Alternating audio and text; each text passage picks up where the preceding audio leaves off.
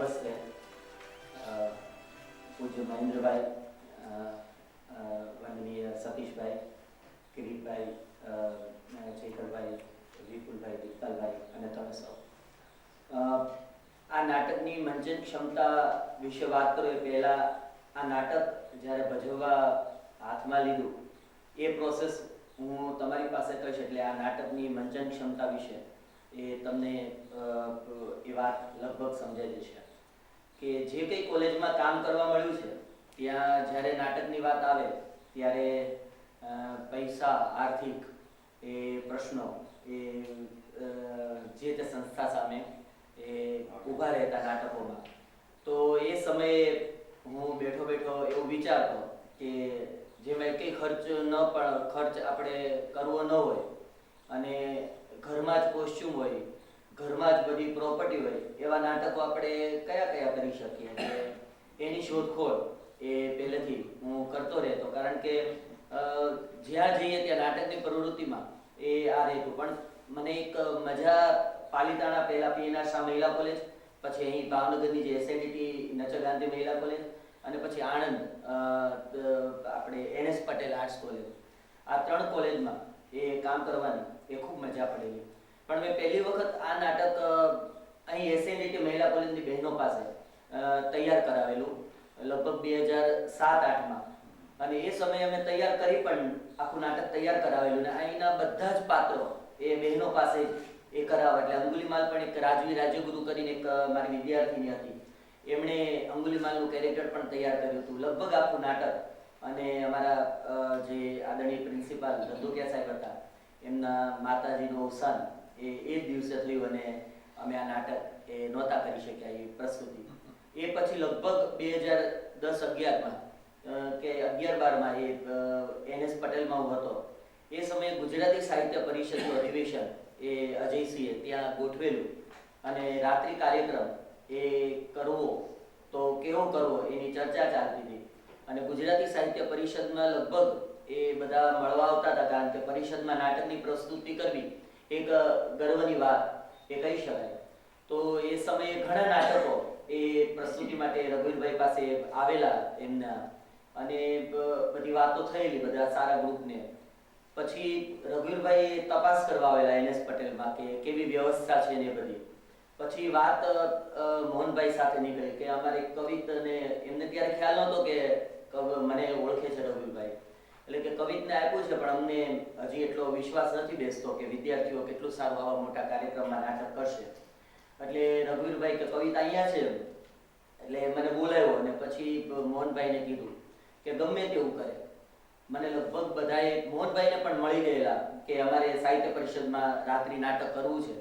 અને રઘુવીરભાઈ એ સમયે કીધેલું કે કવિથી ગમે તે પ્રકારનું નાટક થાય, ગમે તેવું થાય, એનએસ પટેલના વિદ્યાર્થીઓ જ એ રાત્રિ કાર્યક્રમમાં પ્રસ્તુતિ કરશે. અને એ સમયે મેં વાત કરેલી કે સર અંગુલીમાલ નાટક કરવાની ઈચ્છા છે. તો એમણે તરત એ નક્કી કર્યું અને અંગુલીમાલ એ નાટક. અને પછી મને એવો પ્રશ્ન પૂછવામાં આવેલો કે કેટલો ખર્ચ થશે એમ. એટલે મેં ત્યારે કીધેલું કે જો કરીએ તો ઘણો થાય ને ન કરીએ તો કદાચ 1 રૂપિયો પણ એ આ નાટકમાં એ ન ખર્ચીએ તો પણ ચાલે એમ છે. તો પણ થોડું મોહનલાલ ત્યાં પ્રિન્સિપાલ છે, એમણે કીધેલું કે થોડો ખર્ચો કરજે એમ. એટલે ખર્ચ કરવા માટે એ કરેલો અને આ નાટક એ સરસ રીતે અમારા વિદ્યાર્થીઓએ ત્યાં પ્રસ્તુત કરેલું. એટલે ગુજરાતી સાહિત્ય પરિષદમાં જ પહેલી વખત અંગુલીમાલ નાટક એ અમે ભજવેલું. અને આજે ગુજરાતી સાહિત્ય પરિષદ વતી એ અંગુલીમાલ નાટકની મંચન ક્ષમતા વિશે એ વાત કરવાનું મળે છે. રંગદર્પણ થિયેટરની ત્યાં સ્થાપના કરેલી એનએસ પટેલમાં.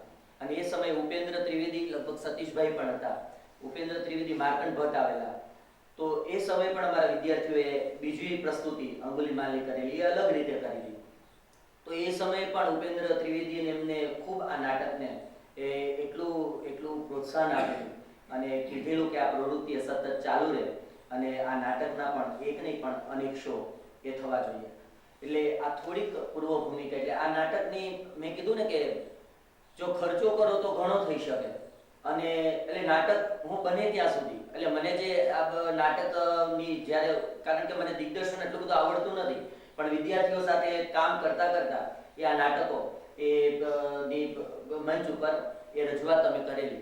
તો એ સમય દરમિયાન જે નાટકો હું પસંદ કરતો, કારણ કે ખર્ચની વાત આવે ત્યારે એક નિરાશા એ બહુ થતી, એટલે હું પહેલેથી જ એવા જ નાટકો લઈને જતો કે જેમાં સર એક પણ ખર્ચ નહીં કરવો પડે, ચિંતા ન કરતા, એટલે એ એક પ્રક્રિયા એ પૂરી થઈ જાય. એટલે આ નાટક એને હાથમાં એટલા માટે લીધેલું કે આ નાટક જો ભજવો તો અત્યારે જે તમે બેઠા છો એ જ કોસ્ચ્યુમ અને અત્યારે જે સગવડતા છે અહીં જે કંઈ અહીંથી બહાર એ તમારે કોઈ વસ્તુ એ લેવા જવી પડે નહીં.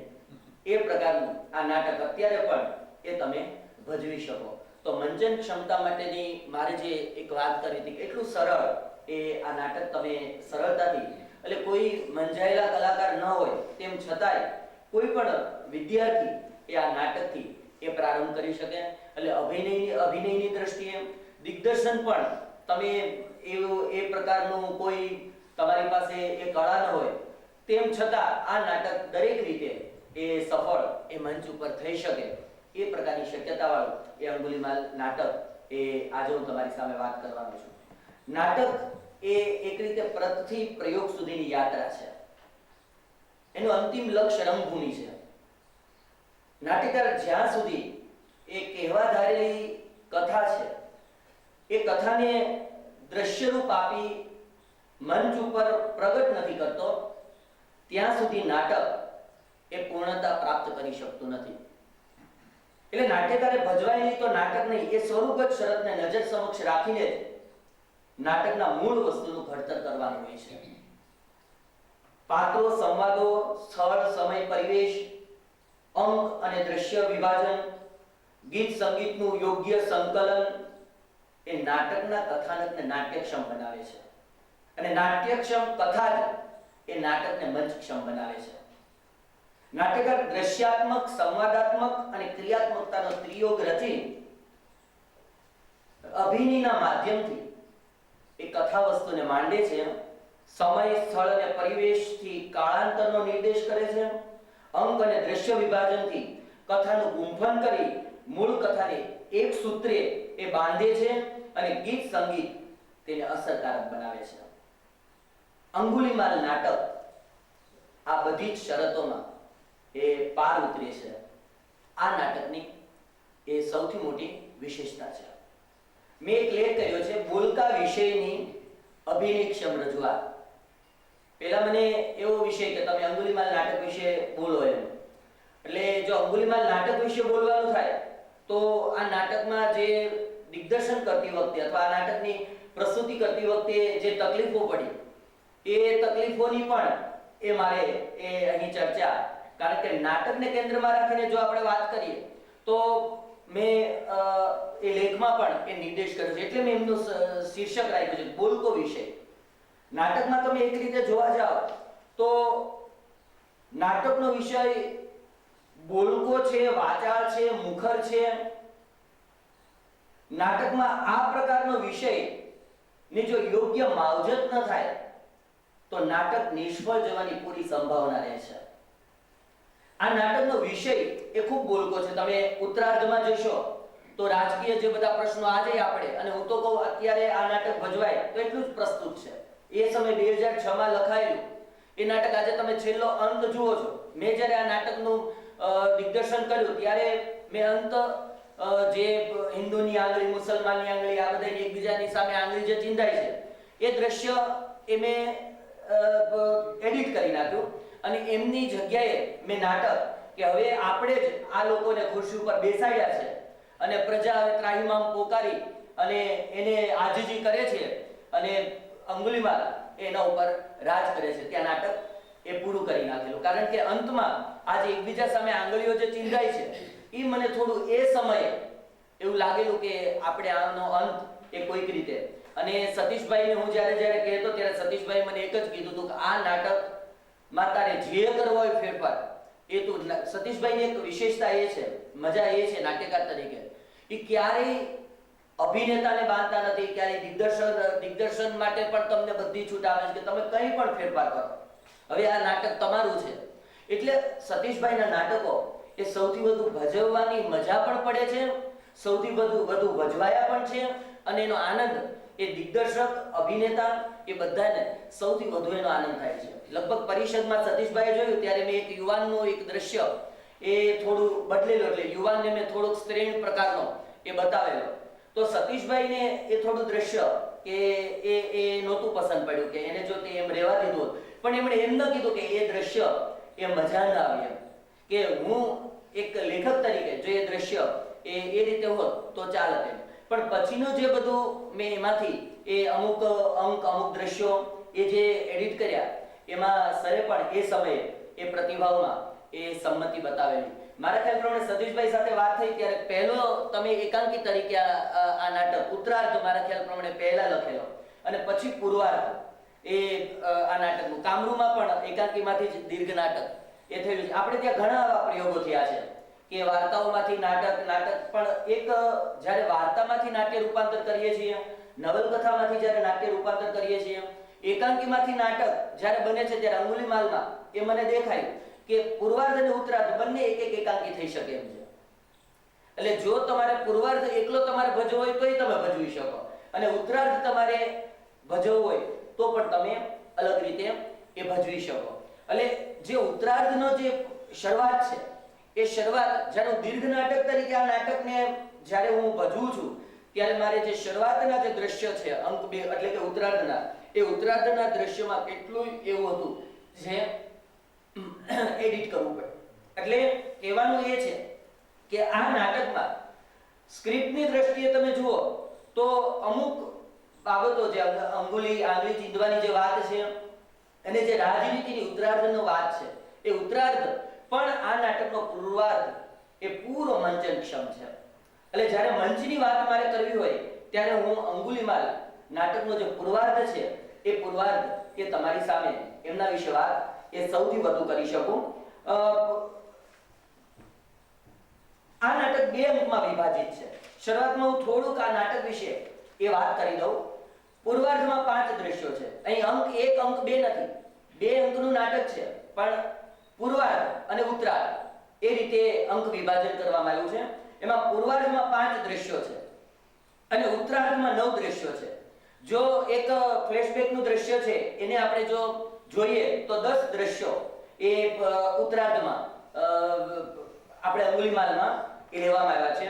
પણ અંક 2 માં 2 થી 3 દ્રશ્યો એવા છે જે કદાચ ના હોત તો એ ચાલે. એનાથી નાટકની સિદ્ધિમાં કોઈ ફરક એ પડતો નથી. એટલે મારી દ્રષ્ટિએ આ જે નાટક છે એ 12 દ્રશ્યોમાં એ વિભાજિત એ નાટક. પરંતુ નાટકની મજા એ છે કે દ્રશ્ય પરિવર્તનો કરવા ક્યાંય કોઈ બીજા પ્રયોજનો એ કરવા નથી પડતા. અહીં વૃંદગાનની સરસ પ્રયુક્તિ છે. સતીશભાઈએ આ પ્રયુક્તિ દ્વારા એ જે નાટકની મૂળ કથા છે એ કથાને એમણે આગળ વધારી છે. જો નાટકની મૂળ કથા આપણને સૌને ખબર છે, ટૂંકમાં એ વાત કહું કે મૂળ કથા જે અંગુલીમાલની છે, જો મિથનો સુંદર વિનિયોગ એ આ નાટકમાં કઈ રીતે થયો છે. મૂળ પૌરાણિક કથા છે 2600 વર્ષ પહેલાની, અને બુદ્ધ ભગવાન તથાગતના ધર્મ કાર્ય સાથે સંકળાયેલી આ કથા છે. એટલે અંગુલીમાલ કોસલના રાજપુરોહિતનો પુત્ર છે, બ્રાહ્મણ છે, પિતા ગાર્ગ્ય, માતા મૈત્રાયણી. જે દિવસે અંગુલીમાલનો જન્મ થાય છે તે દિવસે નગરમાં અને રાજ્યમાં અસ્ત્ર શસ્ત્ર બધું ચમકવા લાગે છે. અંગુલીમાલના જન્મ થતા પિતા જ્યોતિષ પાસે ભવિષ્ય બતાવવા માટે જાય છે અને જાણવા મળે છે કે પુત્ર ભવિષ્યમાં ચોર બનશે. પિતા રાજાને જઈને હકીકત જણાવે છે. રાજાના મનમાં અહિંસાનો ભાવ જાગે છે. એટલે બાળક અંગુલીમાલનું નામ એ અહિંસક રાખવામાં આવે છે. જો આ અંગુલીમાલ હિંસક છે, એનું મૂળ નામ એ અહિંસક એનું મૂળ નામ છે. અને 7 હાથીઓનું બળ અને એક અલગ પ્રતિભા એ અહિંસક છે. એટલે તક્ષશિલામાં વિદ્યાભ્યાસ માટે એને મોકલવામાં આવે છે.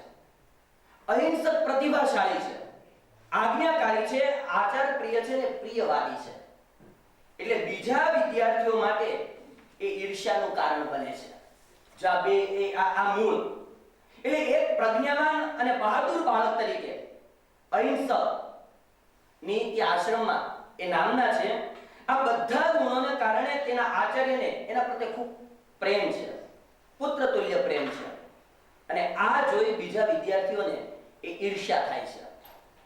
વિદ્યાર્થીઓ નિશ્ચય કરે છે કે આચાર્યને કોઈ પણ રીતે અહિંસકથી દૂર કરવા, અને એ માટે એક પ્રકારનો વ્યૂહ રચાય છે.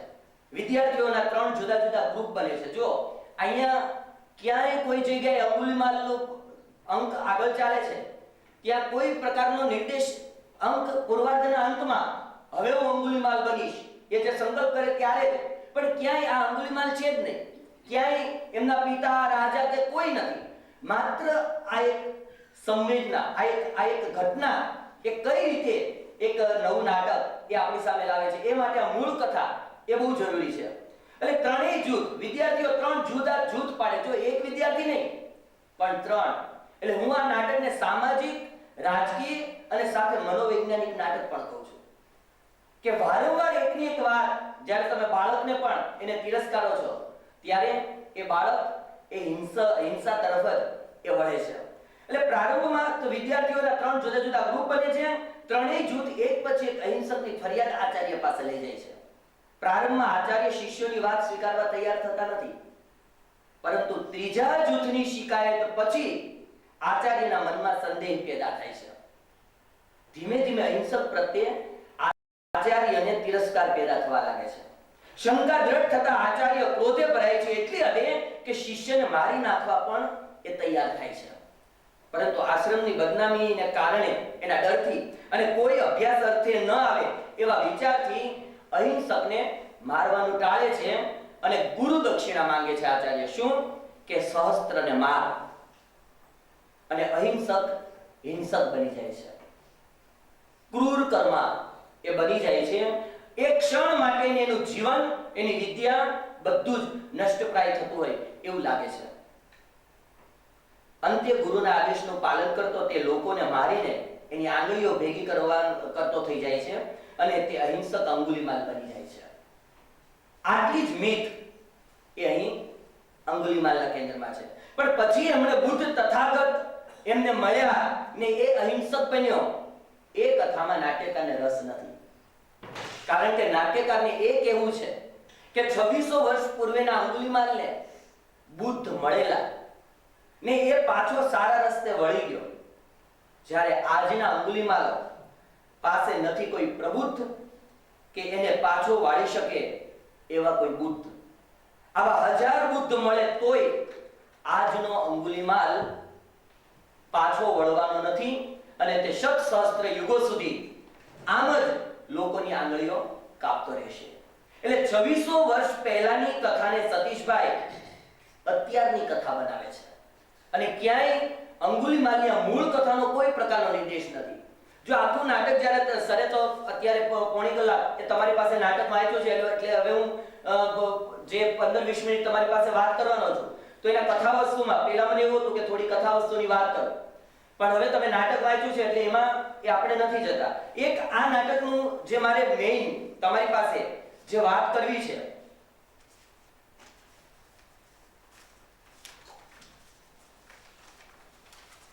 કે આ નાટકમાં આવતું ગીત સંગીત.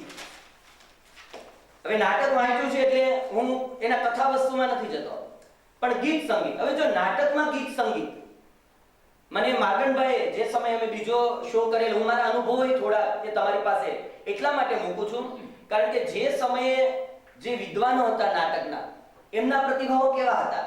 તો ઉપેન્દ્રભાઈને અભિનયની દ્રષ્ટિએ અને વિદ્યાર્થીઓ પહેલી વખત એ સ્ટેજ ઉપર, કારણ કે દરેક વિદ્યાર્થી, એમાં મેં 2-3 અપંગ વિદ્યાર્થીઓ પણ એ લીધેલા જે સંપૂર્ણ વિકલાંગ હતા, જેને ચાલવામાં તકલીફ હતી. એટલે જે કોરસ, એટલે મેં કીધું ને, કોઈ પણ પાત્ર, કોઈ પણ વ્યક્તિ આ નાટકમાં એ પાત્ર રૂપે અભિનય કરી શકે. તો 3 વિદ્યાર્થી એવા લીધેલા જે કોઈક ચાલી નતો શકતો, એક તો આખા શરીરે એમને ટકી રહેવું એ તકલીફ હતી, તો એમને પણ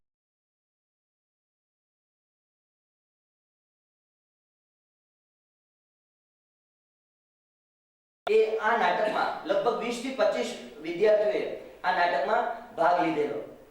એટલે ગીત સંગીત એ આ નાટકનું. હા, એટલે માર્કંડભાઈની વાત કરતો હતો કે માર્કંડભાઈએ જ્યારે અંતમાં પ્રતિભાવ આપ્યો ત્યારે એમણે એક મને નિર્દેશ કરેલો આ નાટક માટે કે આ નાટકમાં ગીતનું પ્રમાણ એ થોડું એ વધુ છે, અથવા એ ગીતને અન્ય કઈ રીતે તમે મૂકી શકો એના વિશે તમારે કંઈક વિચારવું જોઈએ. પણ આ નાટકના જે ગીતો છે એ ગીતો કથાને એ આગળ વધારે છે. હા, અમુક જગ્યાએ ક્યાંક તમને એવું લાગે કે ક્યાંક આંગળીઓની વાત એ કોઈક ને કોઈક રીતે એ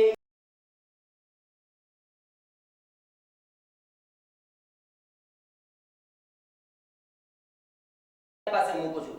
પણ માર્કંડભાઈ એ સમયે પણ મેં એવો પ્રયોગ કરેલો કે શરૂઆતમાં અમારે ગિરિરાજ ભોજક, એ ભોજક સાહેબ પણ એ ભાવનગરથી વિદ્યાનગર આવેલા અને એમણે સંગીત રાગ આધારિત આ બધા ગીતોનું કમ્પોઝિશન કરેલું. એમાં પુરિયા ધનાશ્રી, પછી શિવરંગની, પછી આપણે ગૌડી કે પૂર્વી રાગ, આ બધા એમણે રાગોનો, પછી ભેરવી, આ બધા રાગોનો ઉપયોગ કરી અને એક સરસ રીતે એક સંગીત એ આ નાટકનું ઊભું કરેલું. પણ માર્કંડભાઈને એ સંગીત એ વધુ પ્રમાણમાં એ લાગેલું ને એ સમયે એમણે સરસ પ્રતિભાવ આપ્યો હતો કે નાટક એ સુગમ સંગીત નથી. એટલે નાટકનું સંગીત અને સંગીતનું સંગીત આ બે અલગ છે કવિ. એટલે ભલે તમે એનો ઉપયોગ તમે કરો પણ નાટક મરવું જોઈએ નહીં. એટલે જ્યારે આ વાત અને એ મને મુદ્દો જ્યારે સરે વાત કરીને કે પીએચડી નો અમે જ્યારે નાટકમાં ગીત સંગીતનું જ્યારે હું લખતો ત્યારે મને માર્કંડભાઈની એ વાત યાદ આવી અને એ સમયે મને જે સૂચેલું કે કથા પ્રવાહને આગળ વધારો, એને ક્રિયાન્વિત કરવું અને નાટ્યાત્મક વળાંક લાવવા તથા પરિસ્થિતિને ચરમસીમા પર પહોંચાડી કથાની મૂળ ભાવના તથા ઉર્મિને અસરકારક બનાવવા નાટ્યકાર ગીત સંગીતનો વિનિયોગ કરતો હોય છે. આ નાટક એ મોટા ભાગે એમાં સફળ થાય છે.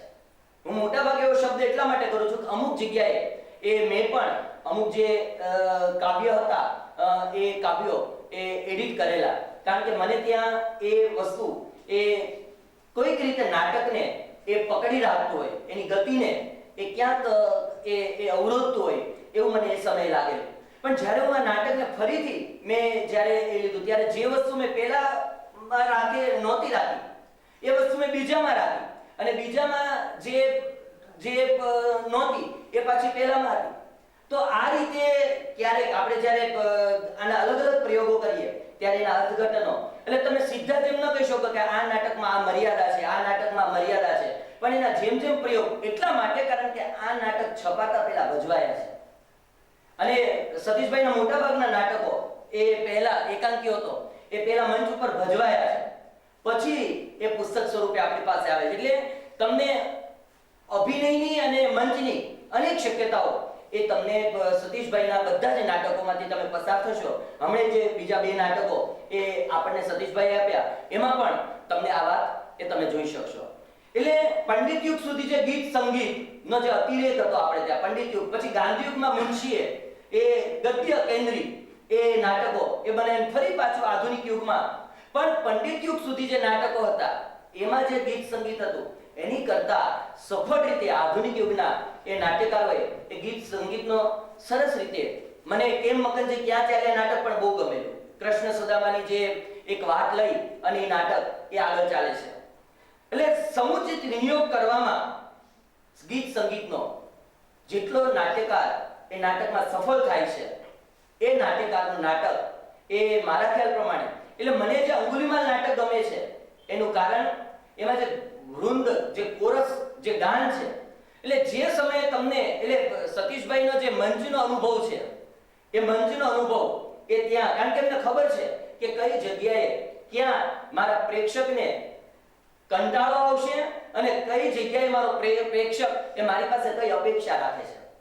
આ બધી જ જ્યારે સતીશભાઈ એ નાટ્ય લેખન, નાટ્ય સર્જન કરતા હોય છે ત્યારે મંચનો એ પૂર્ણ ખ્યાલ એ એમની સામે એ હોય છે. એટલા માટે આપણને આ પ્રકારનું એ પૂર્ણ મંચનક્ષમ નાટક આપણને એમની પાસેથી મળે છે. એટલે સંગીત અને ગીત એ માત્ર મનોરંજન નથી. તમે જ્યારે દાખલા તરીકે જો આ નાટકમાં જ્યારે અંગીરામ કે ઘરમાં તોફાન મચાવે છે અને પછી કોરસ ગીત આવે છે, કે ગામ આખામાં હાંસી ઉડતી, ઘરમાં રોજ ફજેતી. આખું દ્રશ્ય તમે જો કથા કેટલી આગળ ચાલે છે. અને ગામ આખામાં હાંસી ઉડતી, ઘરમાં રોજ ફજેતી, જે મળતું તે ઠીઠી કરતું, લૂંટતું લાવ મજેથી. એટલે નાટકનો જે શબ્દ છે ને, એ શબ્દ એ અભિનય કરવાનો છે. એટલે જો ઠીઠી શબ્દ એ નાટકમાં જ આવે.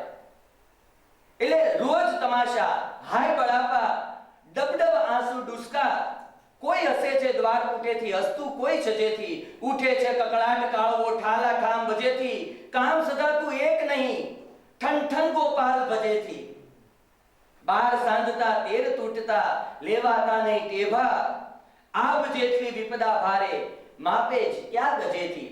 અને એ પછીનું એક જે એમનું છે, ગયા સવિતા ગયા બાળકો, અંગીરામ સુનમુન. આ અંગીરામ તોફાન મચાવે છે કારણ કે કશું કામ મળતું નથી. એટલે પહેલા પૂર્વાર્ધમાં જે સમાજનું મોટામાં મોટું દૂષણ છે, જો પૂર્વાર્ધ એ સામાજિક પરિસ્થિતિઓ વ્યક્ત કરે છે અને ઉત્તરાર્ધ એ આપણી રાજકીય પરિસ્થિતિ જે અત્યારે આપણે અનુભવી રહ્યા છે એનો ઉકળાટ, એની કોઈ પ્રકારની અરાજકતા એ તમને અંત સુધી એમાં જોવા મળશે. એટલે પહેલો અંક એ તમારી સામે સામાજિક વિષમતાનો છે અને બીજો અંક એ રાજકીય વિષમતાનો છે.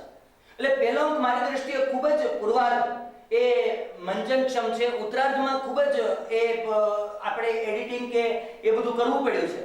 એનું કારણ કે સતત જ્યારે પ્રવાહ એ આગળ ચાલતો હોય, દાખલા તરીકે ઉત્તરાર્ધમાં જે વૃંદગાનની આવે છે, હા, એકાંકીના સ્વરૂપમાં જ્યારે તમે ઉત્તરાર્ધ ભજવો છો ત્યારે એ વસ્તુ એક પ્રેક્ષકને જકડી રાખવા માટે એ ઉત્તરાર્ધમાં જે આરંભ છે એ તમે જો એકાંકી તરીકે પ્રસ્તુત કરો તો એ આપણને એ વધુ એ મજા પડે એવો છે. પણ જ્યારે તમે દીર્ઘ નાટક સ્વરૂપે, કારણ કે નાટકનો ઉપાડ જ એટલો સરસ થાય છે કે પછી અંક 2 નો ઉપાડ એ આપણને એ થોડો એ નબળો એટલે કે થોડુંક એની પ્રસ્તુતિમાં એ આપણને થોડું એ કથાનકને રોકતું હોય એવો આપણને અનુભવ થાય છે. એટલે કે મૂળ પ્રશ્ન, મૂળ પરિસ્થિતિ અને જરૂરિયાત પ્રમાણે રચનાત્મક અભિગમથી ગીત સંગીતનો ઉપયોગ એ નાટ્યકારે કરવો જોઈએ. તમને પહેલા અંકમાં ગીત સંગીત નાટકનું કેવું હોય એના સુંદર ઉદાહરણો એ તમને પહેલા અંકમાં મળશે. એટલે અતિ માત્રા ગીત સંગીતના નાટક માટે જોખમકારક છે, પણ કલાકાર અને પ્રેક્ષક બંનેને અલૌકિકતાનો અનુભવ કરાવી શકવાની ક્ષમતા જો નાટકનો ગીત સંગીત એ ધરાવે તો નાટકમાં ગીત અને સંગીતનો વિનિયોગ એ આપણે ઉચિત લખી શકીએ. પૂર્વાર્ધમાં એ આ વસ્તુમાં નાટ્યકાર એ સૌથી વધુ એ સફળ થાય છે. પરંતુ બીજી શરત એ પણ છે કે આ ગીત સંગીત નાટકની ભાષામાં હોવું જોઈએ. હમણે ઠીઠી ને એ જે બધા ઠનઠન ને એ બધા જે છે, જો ગીત સંગીત કરું પણ નાટકની ભાષામાં. સુગમ સંગીત એ આખી અલગ વસ્તુ છે, સંગીતનું સંગીત અલગ વસ્તુ છે, નાટકનું સંગીત અને નાટકનું ગીત એ પણ અલગ વાત છે. એ વાત એ તમને અંગુલીમાલમાંથી તમે જ્યારે પસાર થશો ત્યારે તમને એની અનુભૂતિ થશે. એટલે આખું આ નાટક એ તમારી સામે જ્યારે આવે છે ત્યારે એક પ્રકારની જે મંચ, એટલે મેં શરૂઆતમાં એ આ નાટક વિશે જ્યારે લખ્યું ત્યારે એક વાત મેં નોંધી છે કે પૂર્વાર્ધ અને ઉત્તરાર્ધ આ નાટક કે ક્યાંય બિનજરૂરી રંગ સૂચનો નથી. જો મંચન ક્ષમતા વિશે વાત કરું છું એટલે એ જ મુદ્દાઓ એ 2-4 એ હું તમારી પાસે, કારણ કે કથા એ પહેલા મારો એવો આગ્રહ હતો કે હું તમારી સામે આખી કથા એ મૂકું. પણ એક અંગીરામ છે જે ઘરમાં કશું કામ કરતો નથી, બધા માટે એ ભારરૂપ છે, પત્નીથી પણ તિરસ્કારાય છે. પહેલી તો પત્ની જ આંગળી ચીંધે છે, એનાથી ત્રાસીને બહાર નીકળે છે એટલે બહારના લોકો આંગળી ચીંધે છે, ફરી પાછો ઘરમાં આવે છે અને પોતાના બાળકો એને આંગળી ચિંતા થાય છે, ફરી પાછો એનાથી ત્રાસી અને બહાર જાય છે. એટલે ફરી સાધુ બાવાઓ સાથે જે મંડળી જે ભરાય છે એ મંડળીની અંદર બેઠો છે તો મંડળીના લોકો પણ એની સામે આંગળી ચીંધે છે અને એના ત્રાસથી જ્યારે પત્ની અને બાળકો એ એમના પિયર જતા રહે છે અને પંચ ભેગું થાય છે ત્યારે જ્યારે પંચના લોકો પણ એટલે ઘરમાં ચિંતાથી આંગળી એ ધીમે ધીમે જ્યારે ગામના લોકો એ એની સામે ચિંતવા, એટલે જો આ મનોવિજ્ઞાન છે. અહીં વારંવાર એની સામે આંગળી ચિંતાઈ રહી છે અને એ સંકલ્પ કરે છે છેલ્લે કે હવે હું અંગીરામાંથી અંગુલીમાલ છું. પણ એ અંગુલિમાલ ઉત્તરાર્ધમાં કોણ આવે છે? તો કે નેતા. અને એમાં પણ બહુ સરસ વાત છે કે ખુરશી 4 લોકોથી ચાલે. એક યુવાન, એક સ્ત્રી, એક મજૂર અને પ્રબુદ્ધ. આ 4 ને તમારે, અને 4 જ આંગળી બાકી છે. ઉત્તરાર્ધ રીતે બહુ સરસ છે, 4 જ આંગળી બાકી છે. હવે અંગુલિમાલ પૂરો થઈ ગયો છે, નેતાની ટોપી બોપી પહેરી લીધી છે એને, અને હવે ખુરશી માટે 4 ટેકાની જરૂર છે. એટલે પહેલા એ વૃદ્ધને પકડે છે. વૃદ્ધની આંગળી, આ વૃદ્ધની પરંપરા છે, અનુભવ છે. આપણે તમે જો અત્યારની જે રાજકીય, અત્યારની આમ તો પહેલેથી 50 વર્ષથી આપણે જે રાજકીય એ જે અરાજકતા જોઈએ છે, પહેલો પ્રહાર એ આપણા અનુભવો, જેટલા નેતાઓ તમે જો રાજકારણમાં જેટલા અનુભવી હશે ને નેતાઓ, એ બધાને એની ઉપરનો આવનારો પહેલા દૂર કરશે. એટલે અનુભવ, પરંપરા, એ પહેલા આંગળી કપાશે. પછી બીજું યુવાન, યુવાનની આંગળી મળી જાય, એક ટેકો. યુવાનો માટે રોજગાર, યુવાનો માટે આ. ત્રીજું મિસ ડોલિયામાં આવે છે, એટલે કે સ્ત્રી, નારીઓ, ગેસનું એને સિલિન્ડર આપી દો, એને આ કરી દો, એટલે મળી જાય. અને ત્રીજું, ચોથું પ્રબુદ્ધ, બકાલી, એટલે મજૂર, સામાન્ય વર્ગ. બકાલીને કહી દો ને તને પુરવઠો ખાતો આપી દઈશું. એટલે અહીંયા બકાલી પણ પુરવઠા ખાતા મંત્રી, શિક્ષણ મંત્રી કે જે કઈ મંત્રી, આરોગ્ય મંત્રી, ગૃહ મંત્રી બધા બની જાય. બરાબર? જો આ કેવો કટાક્ષ છે અહીંયા. સુદર્શનભાઈ વિદ્યાપીઠમાં જ્યારે ખ્યાલ આવ્યો કે અંગુલિમાલ અમે ભજવતા હતા, અને એક હુપાહુપ નાટક અમે ભજવેલું પિયુષભાઈનું, ત્યારે એમણે કીધેલું કે આપણે ગામડે ગામડે આના શો કરીએ, આ નાટકના. પણ એ સમયે અમને સરે વાત કરી ને કે મેં મતદાનના તારા જોયેલા નાટકો, એ અનુભવોને કારણે મેં સુદર્શનભાઈને એ ના પાડી કે આપણે આ કરવું નથી. નહીતર આમના શો, એટલે એમના આશયો શું હોય આપણને ખબર ન હોય કે આ નાટક શું કામ કરાવવું છે એમને. બરાબર? એટલે કલાત્મકતા એના કેન્દ્રમાં છે કે એમના કેન્દ્રમાં શું છે એ વાત આપણને ખ્યાલ ન હોય. એટલે એક વખત ભોળા મને આપણે એક નાટક કરી નાખેલું, પણ એના અનુભવ પછી એ મેં એમને કીધેલું કે ના, આ વિદ્યાર્થી પૂરતું એ સીમિત આપણે રાખીએ, પણ ગામે ગામ એ આ નાટક કરવું એ થોડું એ સમયે એ અઘરું હતું. કહેવાનું એ છે કે ત્રીજી આંગળી બકાલીની, બકાલી પહેલા ના પાડે, પણ એ કે તને પુરવઠા ખાતાનો મંત્રી બનાવી દઈશું, સ્ત્રીને કે તને મુખ્યમંત્રી બનાવી દઈશું, બધાની આંગળી લઈ લેશે. છેલ્લી આંગળી પ્રબુદ્ધ, બૌદ્ધિક, એના વિના તો ખુરશી બનાવી જ ન, ખુરશી ઉપર બેસી જ ન શકે. પણ પ્રબુદ્ધને મનાવો કેમ? એટલે પહેલા એની પત્નીને મળે છે, અનાકુલા. અને અનાકુલા પાસે જો તમારા પેટની વાત, જો આ પણ સાયકોલોજી છે, આપણે બહુ ઝડપથી અન્યને આપણા દુઃખ કહી દઈએ છીએ. સામેનો માણસ એ દુઃખને કઈ રીતે જોવે છે, આપણી પીડાને કઈ રીતે જોવે છે, એ પણ. અને ખાસ તો અમારે બહેનો, અમે મહિલા યુનિવર્સિટીમાં છીએ, તો બહેનો સાથે આ જ વાત કે ઝડપથી તમારા દુઃખો એ બીજા પાસે વ્યક્ત ન કરો, કારણ કે એનો પણ લોકો ઉપયોગ કરે. આ અંગુલિમાલ એની મજબૂરીનો ઉપયોગ કરે છે કે દીકરાને મેડિકલમાં મૂકો છે, 7 લાખ કાઢવા ક્યાંથી, અને દીકરીને લગ્ન કરવા છે, પણ બહુ પૈસા માંગે છે, દહેજ માંગે છે. એ મજબૂરીનો ફાયદો લઈ ઉઠાવી અને પ્રબુદ્ધ પાસે જાય છે કે હું આ બધું પૂરું કરી શકું એમ છું. પણ પ્રબુદ્ધ માનવા તૈયાર નથી, પણ પત્ની એમ કહે છે કે માની જાઓ, એક આંગળી છે ને એમ. અને અંતે એને પત્નીના કહેવાથી એ આંગળી આપી દેવી પડે છે. અને અંગુલિમાલ એ 4 ટેકા એ મેળવી લે છે, ખુરશી ઉપર રાજ કરે છે. ધીમે ધીમે હવે પ્રજા ત્રાહિમામ પોકારી ગઈ છે. જેને તમે સત્તા ઉપર બેસાડ્યો એ જ વ્યક્તિથી હવે પ્રજા ત્રાહિમામ પોકારી ગઈ છે. એટલે નેતાઓએ શું કર્યું? તો કે હિન્દુ, મુસ્લિમ, શીખ, ઈસાઈ, આ તે બધી જ્ઞાતિને સામસામી આંગળી ચીમટી કરી દીધી, પોતે રાજ કરે છે. આ નાટક ત્યાં પૂરું થાય છે. પણ મેં જ્યારે આ નાટક એ વિદ્યાર્થી પાસે તૈયાર કરાયું, ત્યારે ત્રાહિમામ એ પ્રજા એ માથા કૂટે છે કે હવે અમને આમાંથી મુક્ત કરો. પણ અંગુલિમાલ એ પોતાના ખડક સાથે એ ઊભો છે, અને ત્યાં નાટક એ પૂરું થાય છે કે હવે તમે અમને બેસાડ્યા છે, તમે ભોગવો. મેં અહીં આ નાટક એ પૂરું કર્યું, અને એ રીતે આ નાટક એ ભજવવાની એ મજા પડેલી. પણ કહેવાનું એ છે કે અહીં જે ગીત સંગીત આવે છે, એ ગીત સંગીત પણ એ નાટકની મૂળ કથાને આગળ લઈ જવા માટે એ એટલું એ કેટલા ઉપકારક બને છે, એ પણ આ નાટકમાં એક તમે જોઈ શકો એ પ્રકારનો મુદ્દો છે. બીજું જે મેં તમને કીધું કે આ નાટકમાં ઘણા લગભગ 3-4 દ્રશ્યો એવા છે જે જે તમે નાટકની ભજવણી સમયે અમારી મિથ્યાભિમાનમાં પણ એ અત્યારના સંદર્ભે ઘણું આપણે એમાં એડિટ કરવું પડ્યું. એટલે ક્યાંક આ નાટકની કથા એ કોઈક રીતે એ લંબાતી હોય એવી લાગે છે. ક્યાંક આ નાટક એટલે ઉત્તરાર્ધની વાત કરું છું. પૂર્વાર્ધ તો મને એટલો ગમે છે કે પૂર્વાર્ધ એક અલગ આખું એકાંકી એ કરી શકો અને ઉત્તરાર્ધ પણ એ તો એકાંકી સ્વરૂપે પહેલા એ લખાયેલું જ છે.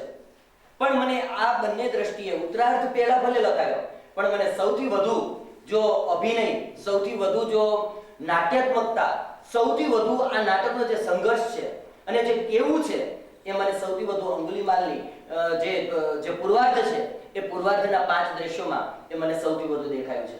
એટલે અંગુલીમાલ સામાન્ય અંગીરામ જે કશું જ કરતો નથી ત્યાંથી શરૂ કરી અને આ નાટકમાં પોતે હવે સમાજનો એ મોટો એક સમાજમાં એક નેતા બની જાય છે.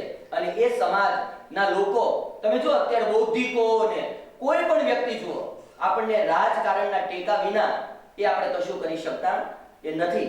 અને જો તમારી સામે ટેકો ન હોય રાજકારણનો અથવા તમે એને વફાદારીથી તમે જો કામ ન કરો તો કાં તમે હાસ્યમાં જતા રહો, કાં તમને કોઈક જગ્યાએ ખૂણામાં એ તમારે બેસીને કામ કરવું પડે અથવા તમારી જે વાત છે એ વાત તમે એના સુધી પહોંચાડી નથી શકતા. તો આ જે આપણી આજની વિષમતા છે, આ ક્ષણની જે વિષમતા છે એ આ નાટક તમારી સામે લાવે છે. એટલે ક્યાંય બિનજરૂરી રંગસૂચનો નથી, પ્રોપર્ટીનો કોઈ જાતનો ધખારો નથી. મેં માત્ર એક ટેબલ પણ એક મારે એક વિદ્યાર્થી બહુ સારું ચિત્રકાર હતો એટલે એમણે બધી આંગળીઓ લાકડાની બનાવેલી મોટી મોટી અને એક પડદા ઉપર જે મેં મિથ્યાભિમાનમાં જે પડદો કર્યો છે એ રીતે આ જે બુકનું જે ચિત્ર છે એ ડ્રોઈંગ કરી અને અલગ અલગ રીતે અને જે ટેબલ મૂક્યું તો એની ફરતે પણ આંગળીઓ, બાકી કોઈ પ્રોપર્ટી નહીં, બધું જ અમે એ જ રીતે એક કરેલું અને એ આખું નાટક એ સફળ રીતે એ ભજવાયેલું. સફળ રીતે એટલા માટે કહું છું કારણ કે એ સમયે જે સાહિત્ય પરિષદમાં હર્ષદભાઈ પણ હતા તો આ લોકોને એ ગમેલું અને એટલા માટે જ અમે બીજી વખત એ પ્રસ્તુતિ પણ બીજો અનુભવ 2 નાટકો 2 પ્રયોગ કર્યા પછી એ અમને કોલેજમાંથી એવું કહેવામાં આવ્યું ત્યાં કે હવે કંઈક નવું નાટક કરને, કેમ કે કડવું વાસ્તવ છે ને એટલે ક્યારેક કોઈકની મજબૂરી પણ બને કે આ નાટક આપણે હવે અને રંગદર્પણ થિયેટરની સ્થાપના કરી એટલે કે આપણે મુંબઈના જે કોમેડી આવે ને કવિ એ કોમેડી એ નાટકો આપણે લાવ્યા ભલે 50,000 રૂપિયા લે એમ એટલે 500 રૂપિયામાં તૈયાર થતું નાટક એ કડવું સત્ય કહે છે એટલે આપણને પસંદ નથી. પણ મુંબઈનું 50,000 રૂપિયા નાટક લે તો એ નાટક આપણે રંગદર્પણમાં લાવો. પણ એ રંગદર્પણનો એ આંગુલીમાલ શો કર્યો પછી આ માનસિકતાને જોઈ પછી રંગદર્પણ થિયેટરને મેં આગળ એ ત્યાં ન ચલાવ્યું, ત્યાં બંધ ન કર્યું અને એમાં મેં કશું કર્યું નહીં કારણ કે આપણી સામે માનસિકતા આવી કે થિયેટર એમને આ માટે નથી કરવું. થિયેટર બસ મનોરંજન, આ નાટક મનોરંજનનું નથી. આ નાટકની સૌથી મોટી વિશેષતા એ આ છે. એટલે અમુક પ્રકારની જે કંઈ આપણે આનું ક્રિટિસિઝમ તો ઘણી રીતે કરી શકીએ પણ મને જે ભજવણીનો જે આનંદ આવ્યો છે એ આનંદ એ સૌથી સસ્તું નાટક હતું એટલા માટે હવે એવી ટેવ પડી ગઈ છે કે હું કદાચ પ્રોપર્ટી હોય કે કોસ્ચ્યુમ હોય ને તોય હું નથી એનો ઉપયોગ કરતો. અને હવે એક સપનું લઈને બેઠા છે કાકાની શશી એ મને અત્યારે મહિલા યુનિવર્સિટીમાં છીએ એટલે મને નાટકનો એટલો અંદરથી છે કે જો 5-7 બહેનો સારી એ મળી જાય તો આજે પણ મુંબઈના થિયેટર ઉપર એ નાટક એ સૌથી વધુ સફળ રીતે ભજવી શકાય એવું નાટક છે. તો હવે એની રાહ એ હું જોઉં છું પણ એમાં પણ મેં સંકલ્પ કર્યો છે કે જેટલા પુરુષ કેરેક્ટર છે એ પણ એ હું વિદ્યાર્થીની બહેનો પાસે જ એ કરાવવાનો છું. એટલે આવા જે બધા પ્રયોગો હોલિકામાં તો એ પ્રયોગો કર્યા છે પણ આ બધામાં પણ એ પ્રયોગો એ થઈ શકે. એટલે આમાં આ પાત્ર પુરુષ કરે ને આ પાત્ર સ્ત્રી જ કરે એવાય કોઈ મર્યાદાઓ એવી કાંઈ પણ કોઈ પણ પ્રકારની એ આ પૂરી રીતે તમારે જે રીતે ભજવવું હોય એ રીતે આ નાટકને ભજવી શકો. એટલે આ નાટક મને એ રીતે એ સૌથી વધુ પ્રિય છે અને મંચ એટલે પ્રોપર્ટીનો કોઈ જાતનો ધખારો નથી.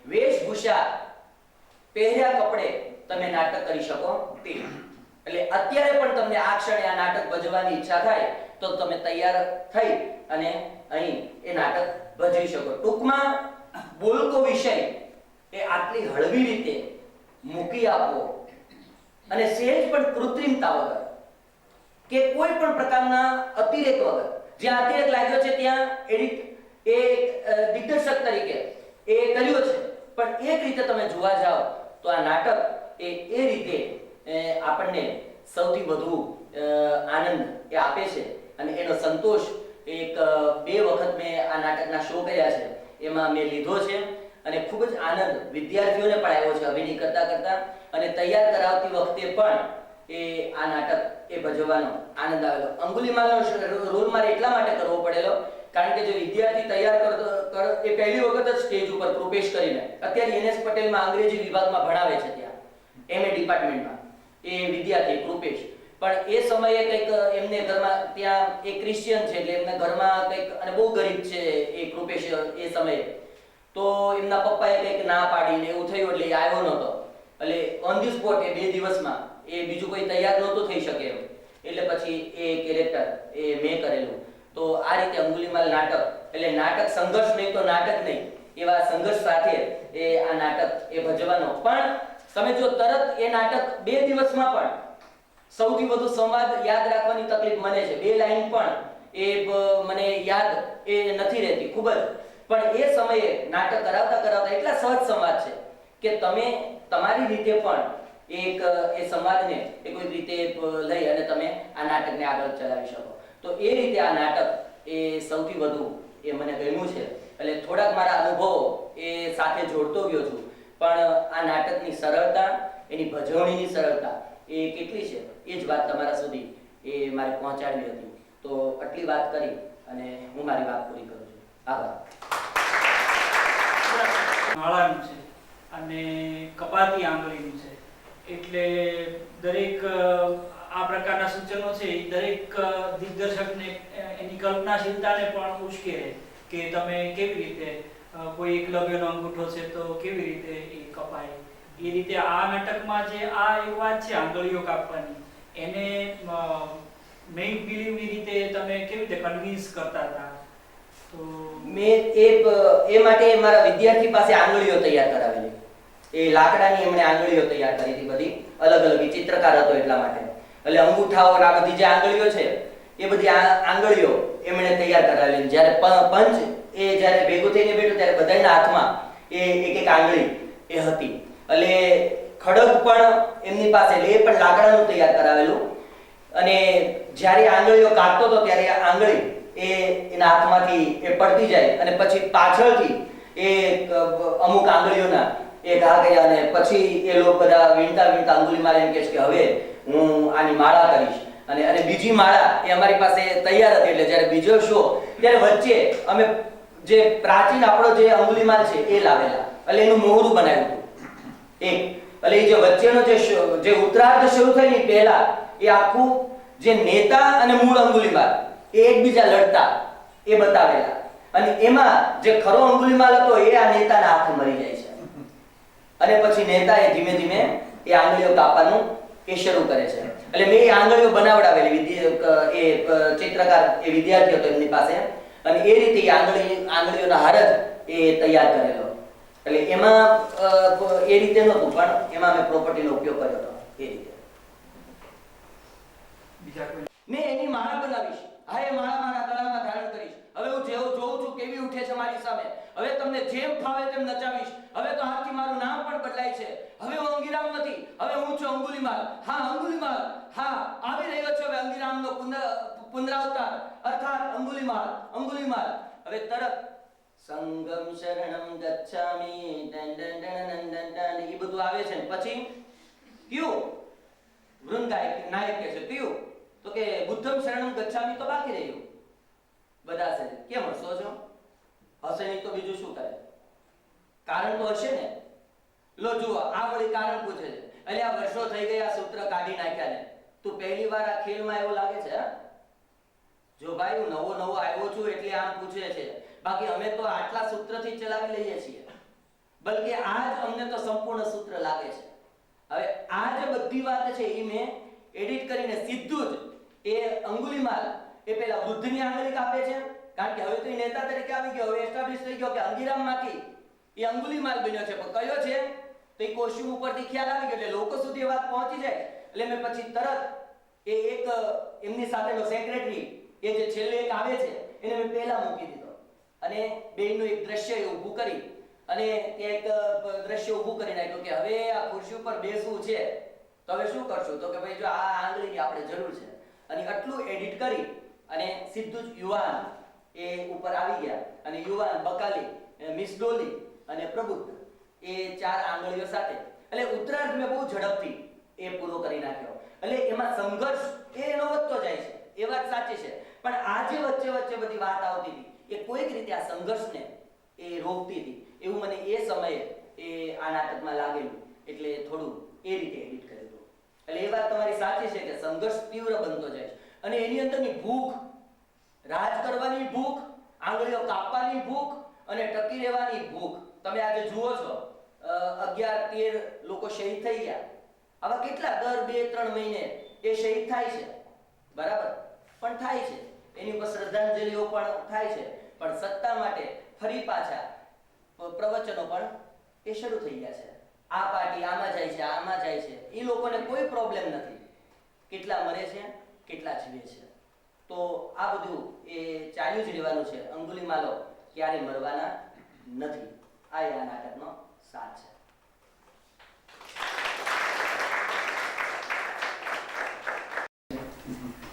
કવિભાઈએ સરસ વાતો કરી અંગુલીમાલ નાટક વિશે અને એના મંચનના અનુભવ વિશે.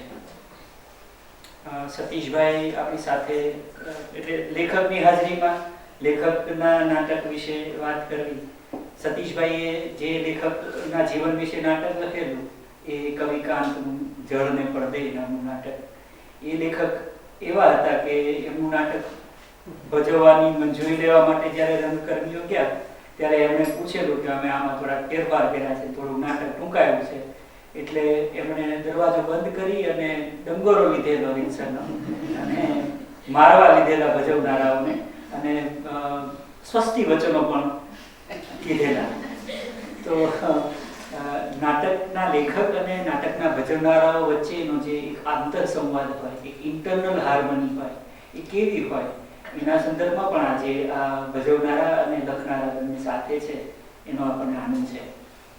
સતીશભાઈના નાટકો વિશે ઘણી બધી વાતો થઈ શકે, પણ મનમગન હોવા સુધીના એમના નાટકો છે. એક જુદા ફિલોસોફિકલ પર્સપેક્ટિવમાં, જુદા આધ્યાત્મિક અને આત્મિક અને મનોવૈજ્ઞાનિક પરિપ્રેક્ષ્યમાં આ નાટકો સુધી એમની આખી મુસાફરી છે. અને દરેક નાટકમાં એ નવેસરથી નવા વિચારને, નવા અનુભવને અને નવી સમસ્યાઓને તાકે છે. એ રીતે અરણ્યા નામના જે નાટકની સાથે તમે જોડાણા છો એ નાટકના સંદર્ભમાં એમની સાથે તમારી થોડી વાત થાય. બીજા થોડાક પ્રશ્નો આપણે બધા ભેગા થઈને એમને પૂછીએ અને આજના વક્તવ્ય અને આજની વ્યાખ્યાનમાળા અને જેમના નામે આ વ્યાખ્યાનમાળા ચાલે છે એ આપણા સર્જક કોણ હતા, યશવંત પંડ્યા, એની પર થોડીક વાતો સતીશભાઈ પાસેથી આપણે સાંભળવી છે. તમારા બધા વતી હું એમને વિનયપૂર્વક નિમંત્રણ આપું છું કે અહીંયા આવે અને આપણી સાથે વાત કરે અને અપવાદ રૂપે વર્ષમાં એકવાર આવી વાત કરતા આદરણીય સતીશભાઈ. એમણે સરસ વાતો કરી અને આ યશવંત પંડ્યા વ્યાખ્યાન માળાનું એક સરસ વ્યાખ્યાન આપણને મળ્યું એટલે એ પરિવારના પ્રતિનિધિ તરીકે હું આભારી છું. એ પરિવાર મને બધા અધિકારો આપી ગયો છે, એમના વારસદારો છે, પણ પરિવારને એવું લાગ્યું કે ક્યારેક કંઈક યશવંત પંડ્યાની રચના પ્રગટ થવાની હોય ને કોઈની પાસેથી સંમતિ લેવી પડે જ્યાં સુધી એમના અવસાનને 60 વર્ષ ના થાય ત્યાં સુધી, તો એ બધું મને સોંપી ગયા હતા. અને પછી મેં એવું માન્યું છે કે જ્યાં સુધી આપણે જવાય, હાથ પગ ચાલતા હોય ત્યાં સુધી આ વ્યાખ્યાન માળામાં ઉપસ્થિત રહેવું અને કોઈ ભૂમિકા ન કરવી.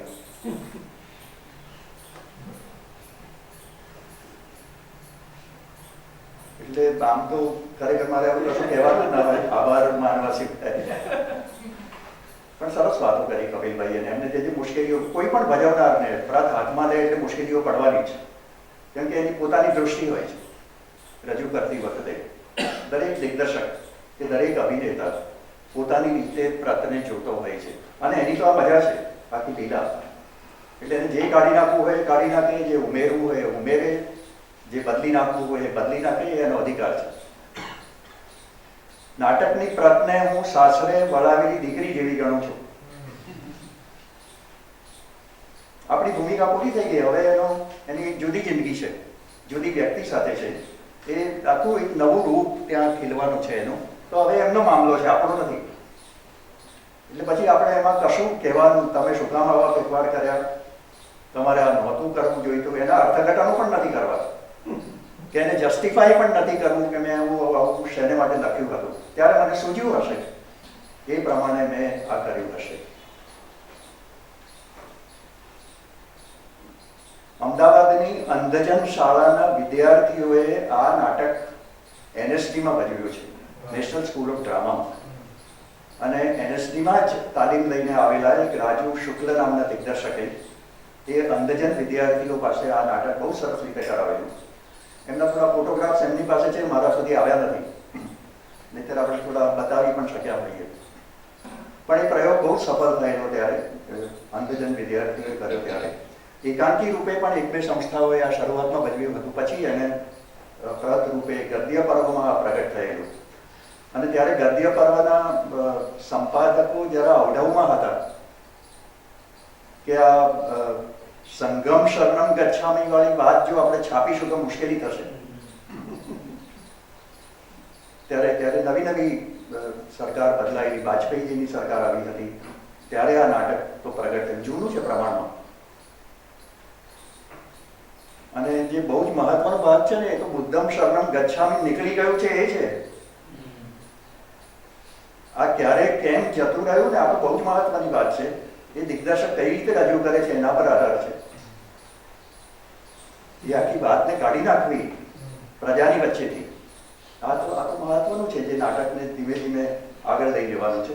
પણ દરેક દિગ્દર્શકનો પોતાનો એક તરીકો હોય છે રજૂ થવાનો ને. એમ કવિભાઈએ એને બહુ સરસ રીતે ભજવ્યું. પણ મોટાભાગના નાટકો બહુ ઓછામાં ઓછી પ્રોપર્ટીથી ઓછામાં ઓછા ખર્ચે ભજવા એવા છે, કેમ કે અમે એમ જ કર્યા છે.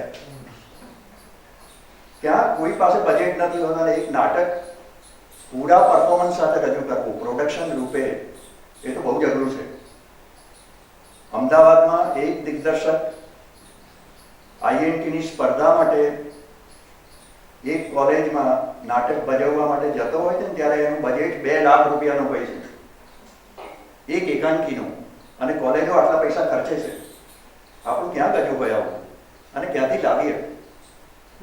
અને જે સેલ્ફ ફાઇનાન્સ કોલેજો થઈ છે એ આ બધું કરી શકતી હોય છે, એટલે એવા પ્રોડક્શન ત્યાં થતા હોય છે. આપણે આ નથી કરવું, અને છતાં નાટક કરવું છે. નાટક કરીએ છીએ એનો દેખાવ કર્યા વગર નાટક કરવું છે. અને એટલા માટે આ પ્રકારના જ પ્રયોગો આપણે કરતા રહ્યા છીએ. કમર્શિયલ આર્ટ નહીં, કેવળ આર્ટ. આને ધ્યાનમાં રાખીને પ્રયોગો કર્યા છે. પેલું તો સહેલું છે કરવું. કમર્શિયલ આર્ટના નાટકો કરવા બહુ સહેલા છે, બહુ અઘરું કામ નથી. આ થોડા જોક લઈ આવવાના, જે ગુજ્જુભાઈ કરે છે એ પેટ માટે કરે છે. એ બહુ સારો એક્ટર છે, સિદ્ધાર્થ કાવેરિયા. પણ એને આ કરવું પડે છે તો કરે છે. અને એકના એક જોક એટલા બધા નાટકોમાં મળશે, જરા જુદી જુદી રીતે વપરાયેલા, એટલે આપણને ખ્યાલ આવે કે આનો હવે બીજું નાટક નહીં જોઈએ તો ચાલશે. પણ આપણે તો આગલા નાટકમાંથી નીકળી જ જવું હોય છે, એટલા માટે જુદું નાટક કરવાનું પસંદ કરીએ છીએ. એટલે આને અંગે કોઈ સવાલો રહ્યા નથી, એટલે આપણે એવું માનીએ છીએ કે અંગુલીમાલ વિશે હવે કોઈ પ્રશ્ન નહીં હોય. અંગુલીમાલનું મુખપૃષ્ઠ જયકરભાઈએ બનાવ્યું છે. આપણે જયકરભાઈની બીજી ભૂમિકા છે એ ચિત્રકાર છે.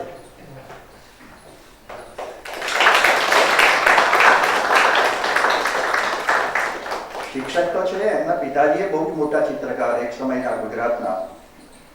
જૂના કુમારના અંકો જોઈએ તો એના ચિત્રો જોવા મળશે મુખપૃષ્ઠ પર. અને અલી ડોસાનું એમનું ચિત્ર તો ગુજરાત ખ્યાત છે. એટલું સુંદર ચિત્ર મુખપૃષ્ઠ રૂપે એ જમાનામાં કુમારે પ્રગટ કરેલું. અને રહેતા હતા ધોલેરા નામના નાના ગામમાં. એક મોટો ચિત્રકાર કેટલા નાના ગામમાં રહેતો હતો, અથવા નાના ગામમાંથી કેટલો મોટો ચિત્રકાર આપણને એ સમય મળ્યો. અરણ્યાનું પણ એમનું જ છે. એટલે મુખની શોભા વધારનારો માણસ છે. મને ચાંદ સાચવે બદલ મારે એમનો આભાર માનવો પડે. હવે અરણ્ય વિષય થોડી મને તો મહેન્દ્રભાઈ એવું કહ્યું થોડા પ્રશ્નો અમારા વિદ્યાર્થીઓ પૂછશે અને તમારે ઉત્તર આપવાના છે, વ્યાખ્યાન નથી આપવાનું. જો કંઈ પ્રશ્ન હોય તો કરો અરણ્ય વિષય. તો આપણે કંઈક થોડી વાતો કરીને પછી છૂટા પડીએ. આના જે ડાયનેમિક્સ છે, નાટક લખવાની ભૂમિકા જે હોય એક નાટ્ય લેખકના મનમાં, કે માનો કે ગણદેવીમાં તમે એક વિષયમાં ગયા અને અરણ્યામાં બીજા વિષયમાં તમે, એટલે આ બંને નાટકોના સંદર્ભમાં લખનાર તરીકે તમારી જે ભૂમિકા છે એને તમે થોડી ખોલો ને, કે આમાં કેમ જવાનું એમ. ના, ગણદેવીનો ગલો કર્યો ને ત્યારે તો એક તો પહેલા મારે સુરતી બોલીમાં નાટક કરવું હતું. હું ભણ્યો સુરતમાં અને ઘણા બધા આદિવાસી મિત્રો ત્યારે અમારી સાથે ભણવામાં હતા. આદિવાસી મિત્રો હોસ્ટેલમાં રહેતા હોય ત્યારે હોસ્ટેલનું જમવાનું એમને ભાવે નહીં. દર રવિવારે ફિસ્ટ હોય, વચ્ચે ચેન્જ આવે. આદિવાસી વિદ્યાર્થીઓ આ ભોજનથી ટેવાયેલા હોય એટલે મોટે ભાગે પોતાની રૂમમાં નાગલીના રોટલા, જુવારના રોટલા અને એકાદ એમનું જે દેશી શાક હોય એ બનાવી લે ભાજીનું, અને એમને બહુ જ મજા પડતી એમાં. આ એમનો ખોરાક રહેતો એ જીવનશૈલી જોવાની પણ મજા પડતી. અને કેટલાય મિત્રો હતા જ. હવે ધાર્યું હોત તો એ સુરતી બોલીનું નાટક મેં ઘણા વહેલા લખી કાઢ્યું હોત, પણ ત્યારે એક પ્રશ્ન આ હતો વ્યવહારુ કે ભજવે કોણ? દક્ષિણ ગુજરાતના વિદ્યાર્થીઓ સિવાય આ નાટક કોણ ભજવે? આપણે ભજવવું હોય તો સૌરાષ્ટ્રી બોલીમાં લઈ જઈએ તો કંઈક જુદો જ રંગ આવે પાછો, મૂળ રંગ તો આવે જ નહીં. એટલે પછી રહેવા ગયું. પછી થયું કે કંઈક તો વર્ષો પછી ચાલો હવે ક્યાં બહુ નાટક લખવાના વર્ષો આપણી પાસે રહ્યા છે, તો એકાદ આવું પણ લખી કાઢીએ. એટલે એમાંથી પછી ગણદેવીનો ગલો નામનું નાટક કર્યું. અને ત્યારે ત્યાંનું જ કલ્ચર, ત્યાંની જ સંસ્કૃતિ લાવવી અંદર દક્ષિણ ગુજરાતની. સૌરાષ્ટ્રની સંસ્કૃતિ તો ઘણી બધી આવી છે આપણે ત્યાં રચનાઓમાં. લોક સાહિત્યનો તો ખજાનો છે આપણો. અને વર્ષોથી મળિયા હોય, મેઘાણી હોય, આ બધાએ કેટલું બધું કામ કર્યું છે, જે દ્વારા સોરઠી સંસ્કૃતિ તો આપણી પાસે સદીઓથી સચવાઈ છે. પણ દક્ષિણ ગુજરાતની સંસ્કૃતિની વાત ભાગ્યે જ કંઈક આવી છે. એ પણ થોડું મનમાં હતું કે એ વાત પણ ક્યાંક અમુક રીતે આવે તો ફેર પડશે. ત્યાંના નૃત્યોની વાત લોકો સુધી પહોંચે તો એ જરા આનંદ આવે. આપણે ત્યાં ગુજરાતી ફિલ્મોમાં પણ એક સમયે ગરબાઓ બહુ જ આવ્યા, હજી સુધી આવે. પણ દક્ષિણ ગુજરાતની ઘેર કદાચ પહેલી વાર આ નાટકમાં આવી. ઘેરૈયાઓ, ત્યાં બે પ્રકારના ઘેરૈયાઓ છે દક્ષિણ ગુજરાતમાં. એ બધી વાત મારે ગણદેવીનો ગલો નાટકમાં કરવી હતી. ઘેર અને ઘોર બે શબ્દો છે. સુરતથી નજીકનો જે પ્રદેશ શરૂ થાય દક્ષિણ ગુજરાતમાં, ત્યાં ઘેર શબ્દ છે અને ઘેર સ્ત્રીઓ દ્વારા રજૂ થાય છે. અને જેમ મહારાષ્ટ્રની નજીક પહોંચે દક્ષિણ ગુજરાતનો પ્રદેશ, ત્યાં ઘોર શબ્દ છે અને ઘોર પુરુષો દ્વારા રમાય છે. બંનેના ગીતો પણ જુદા છે, બંનેનો પહેરવેશ જુદો છે. ઘેરમાં તો પુરુષો પણ સ્ત્રીઓના વેશ લઈને નૃત્ય કરે છે. ઘોરમાં માત્ર પુરુષોના નૃત્યો છે. તો આવું બધું છે. ઘોરનો જે સૂત્રધાર હોય એ કવિઓ કહેવાય છે. કવિ ઉપરથી કવિઓ, જે ગીત રચના કરતો હોય ને ગવડાવતો હોય. અને ઘેરનો જે સૂત્રધાર હોય એ કાળી બિલાડી કહેવાય છે. કેમ કે એનો પોશાક જ કાળો હોય ને ચહેરાનો મેકઅપ પણ કાળો, ચેરી બ્લોઝમ. તો અને એ કાળી બિલાડીનો ઉપયોગ કરીને પણ એ નાટકમાં થોડો પાછળ શ્લેષાત્મક ઉપયોગ કર્યો છે. એ નાટક એક કર્યું. હિડિંબા વિશે મારે બહુ પહેલા નાટક કરવું હતું. મને જરા રસ પડતો હતો કે આવી સ્થૂળકાય સ્ત્રી અને એવો જ ભીમ સ્થૂળકાય પુરુષ બે પ્રેમમાં પડે તો એ સંવાદ કયા કરે.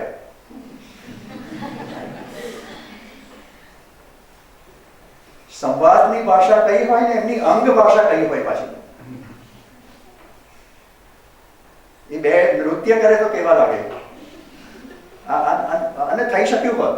રમૂજી નાટક કરવું બહુ અઘરું નથી, મેં પહેલા પણ કર્યું, થઈ શકે. પછી વિચાર ચાલતો હતો એ દરમિયાન આ સિરિયલ ચાલુ થઈ ગઈ, બડે અચ્છે લગતે હૈ, અને રામ કપૂર સરસ અભિનેતા, ભલે સ્થૂળ કાય અભિનેતા છે, અને શરૂઆતમાં એને અભિનય બહુ સુંદર કર્યો એ સિરીઝમાં. પછી બધું નથી થયું. બધી સિરિયલોમાં આવું થતું હોય, 10-12 હપ્તા સરસ લાગે, પછી બધું ઓસરી જાય છે. બધું ખેંચવું પડે ને, લોટમાં પાણી ઉમેર્યા કરવું પડે, પછીની વાત જાણતી નથી હોતી.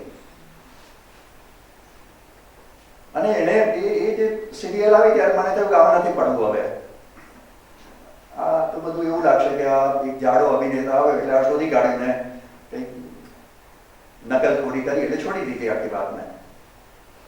પછી રસ પડ્યો હિડિમ્બાના ચરિત્ર વિશે થોડું ભેગું કર્યું, જરા બધા કોષ જોયા, મૂળ કથાઓ જોઈ. આદિ પર્વમાં તો એક નાનો કિસ્સો છે હિડિમ્બાનો, પણ એમાં પછી બહુ જગાઓ દેખાય. નાટકની મજા આ હોય છે, કથામાં ગાબડા ક્યાં છે, જેમાં અંગુલીમાલમાં બહુ જ ગાબડા છે મૂળ કથામાં. અને કોઈ માણસ શા માટે અંગુલીમાલ થાય, આ તો કેટલા રસનો વિષય છે. આટલી બધી આંગળીઓ જ કાપવાની કોઈને શા માટે ઈચ્છા થાય છે, અને ગળામાં ભરવીને પુરવાર કરવું કે જુઓ આટલી આટલી આંગળીઓ આ રેકોર્ડ કર્યો, આટલા બધા લોકોને રસી આપી. અરે આ દેશમાં લોકો આટલા બધા છે તો આટલી બધી જ હોય ને, રેકોર્ડ જ થાય, અહીંયા જ થાય, બીજે ક્યાં થાય? એટલે ઘણાને આવું હોય કે રેકોર્ડ કરીએ, જરા બધી આંગળીઓ ભેગી કરીએ. પણ શેને માટે આંગળીઓ ભેગી કરો છો? શું કામ બતાવવી છે? આ ઘણા બધા હિંસક છો એ બતાવવું છે? અને પછી એ આ આંગળીઓ વાળી આખી ઘટનાને અત્યારની આંગળીઓ સાથે જોડી. આટલું જ છે આપણો મામલો, બહુ મોટો નથી. અને આંગળીઓ લેવા માટે શું શું કરે છે આ બધા નેતાઓ, એ જોડવું જ હતું. અને એ થોડું જાડું થાય જ, આ કામ મુખર થાય જ. જે આ પ્રકારની રચનાઓ છે રાજકીય ભૂમિકાવાળી, એ સાંકેતિક રહેવાને બદલે મુખર પૂરેપૂરી થવાની. અને નાટકને મુખરતાનો જાજો વિરોધ નથી કવિતા જેટલો, આપણે બરાબર યાદ રાખવું. નાટક થોડી જાડી કળા છે, ત્યાં બધું સ્થૂળ જોઈએ થોડું.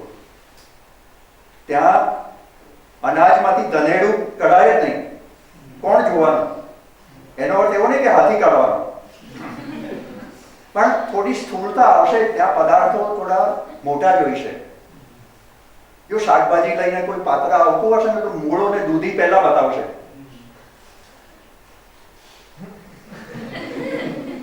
સ્થૂળ બતાવશે ને, તેથી એનાથી ખબર પડે છે આખી ઓડિયન્સ સુધી આખી વાત પહોંચે છે.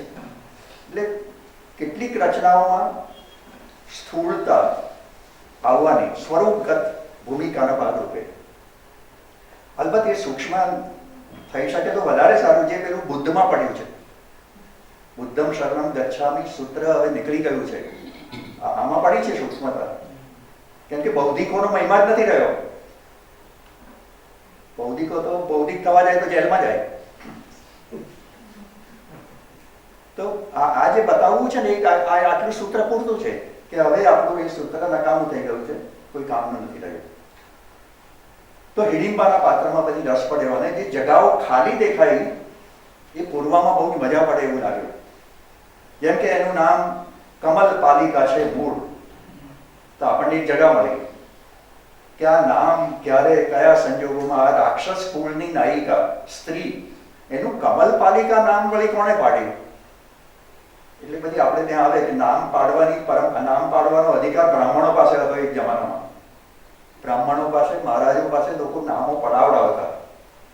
તો પછી આપણે પેલા સાધુને લઈ આવ્યા, અને પછી એની માતાને સરોવરમાં જ્યાં કમળ ઘણા છે ત્યાં સ્નાન કરતી બતાવી, અને ત્યાં જ એને પ્રસૂતિ થઈને આ પાલિકા જન્મી. તો સાધુએ નામ આપ્યું કે કમલ પાલિકા. કથા મળી, જગા મળી આપણને.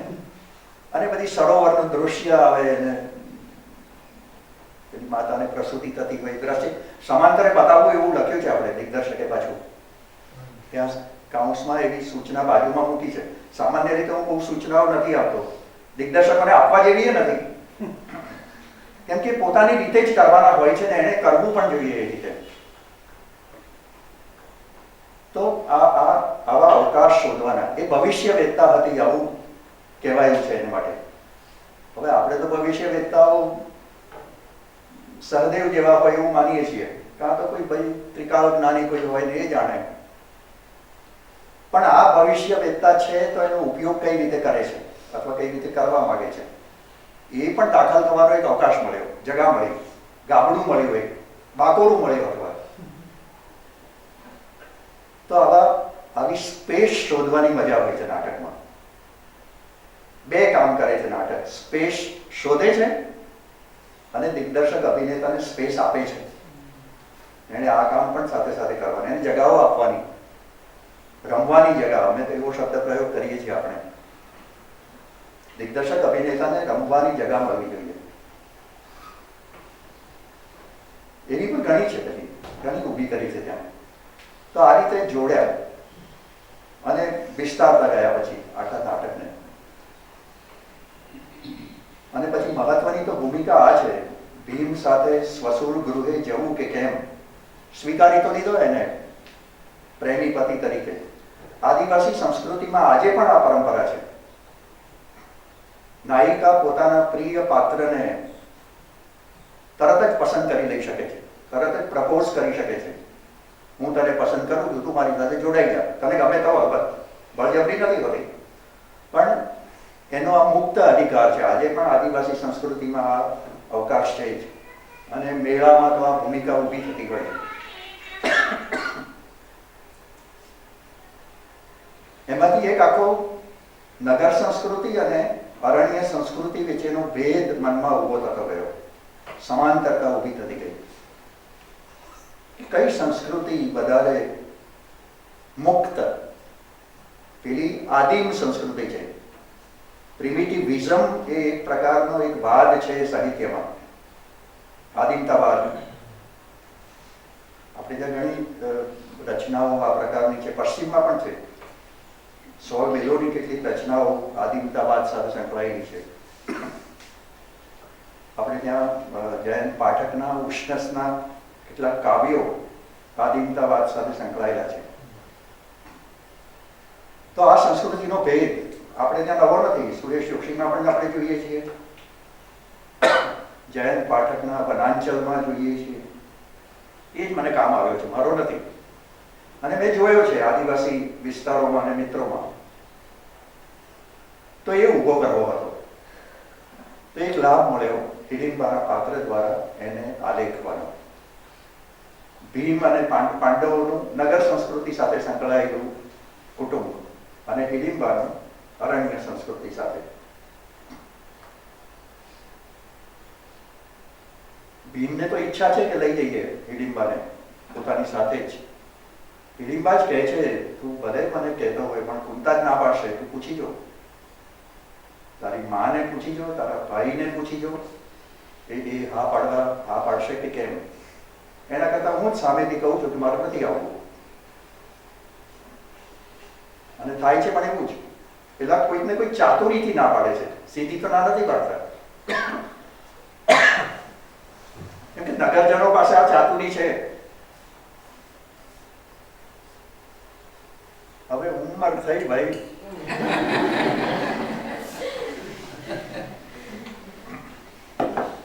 એટલે ના પાડીએ. તો આ ભેદ બતાવ્યો એટલે. અને એને હિડિંબા ત્યાંય મુખરતા છે. હિડિંબા કહે છે સ્પષ્ટ રીતે કે ખરું સ્વાતંત્ર્ય તો અમારી પાસે છે, તમારી પાસે ક્યાં છે? જે કલાપીએ એક જમાનામાં કહેલું, ગુલામો કાયદાના છો, ભલા એ કાયદો કોનો. એમ તમે બધા તો તમારી સભ્યતાના જે મૂલ્યો તમે ઊભા કર્યા છે, જે બંધનો ઊભા કર્યા છે, એના દાસ છો તમે બધા. ત્યારે હું પૂરેપૂરી સ્વતંત્ર છું. હું તારી સાથે શા માટે આવું? ના પાડી દે છે. ત્યારે 2 અંક સ્વતંત્ર છે. પહેલો અંક ત્યાં પૂરો થાય છે. કે હું તારી સાથે નહીં આવું. પછી બીજા અંકમાં આપણને જુદી રીતે આ વાતને વિકસાવવાની તક મળે. પછી તો બધું બાળક થઈ ગયું છે ઘટોત્કચ. એનું નામ એ ઋષિ જ પાડી જાય છે પાછળ, નહીંતર આવું નામ આદિવાસીઓમાં ના હોય.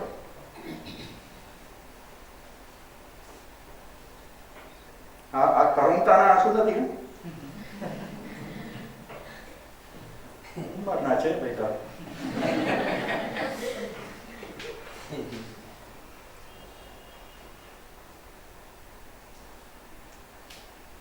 જેમ મોટું માથું છે ને વાળ નથી, અત્યારે તો મારા જેવું લગભગ એમ માનો ને ઘટોત્કચ એવું નામ પાડ્યું છે. હવે કૃષ્ણ ને પેલું છાવણી ને એ બધું લાવવામાં આવ્યું, એનું એક્સટેન્શન છે આ. હવે પહેલા અંકમાં જે હતું એનું વિસ્તરણ, પણ સ્વતંત્ર અંક રૂપે.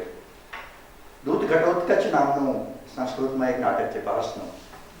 એની જોડે આને બહુ સંબંધ નથી, થોડું પડેલું છે એમાં, પણ આપણે તો મૂળ જે થીમ વિકસાવ્યું છે અરણ્ય સંસ્કૃતિની, એને આગળ લઈ જવા માટેનો ઉપયોગ કર્યો. અને એક તબક્કો એવો આવે છે જ્યારે કૃષ્ણને એક ડર છે કે અર્જુન ઉપર કર્ણ સાંગ ચલાવશે ત્યારે અર્જુન એને ખાલી નહીં શકે, કોઈ પણ રીતે બચી નહીં શકે. ત્યારે શું કરીશું? કેમ કે સાંગ મળી છે પાછી ઇન્દ્ર પાસેથી. હવે મૂળમાં આ વાત ક્યાંય નથી. કૃષ્ણની ચિંતા છે એટલી વાત છે, પણ હવે આપણે ઇન્દ્રને લઈ આવ્યા અહીંયા. કૃષ્ણને માટે અર્જુન મિત્ર છે, જ્યારે ઇન્દ્રને માટે તો એનો સંતાન છે.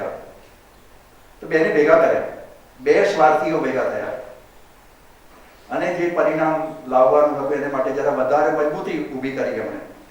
નહીં, બે પોલિટિશિયનો ભેગા થાય ને, અત્યારે યુતિઓ શરૂ થઈ છે હવે બધે, જાત જાતના હેતુથી થાય, પણ લક્ષ્ય એક જ હોય છે, શત્રુને પરાસ્ત કરવો કોઈ પણ રીતે. એમ આ બે ભેગા થયા, કૃષ્ણ અને ઇન્દ્ર. અને એને માટે તો એક જ વ્યક્તિ છે અત્યારે, અર્જુનને તો બચાવવાનો જ છે, બીજા કોઈ પાંડવને સામે લડવાનો નથી. કૃષ્ણે તો પહેલેથી જ નક્કી કર્યું છે હથિયાર હાથમાં નથી લેવું. તો શું થઈ શકે? તો એક વ્યક્તિ છે ઘટોત્કચ, જે આમાં કામમાં આવશે. મૂળ કથામાં કૃષ્ણ ભીમને મોકલે છે,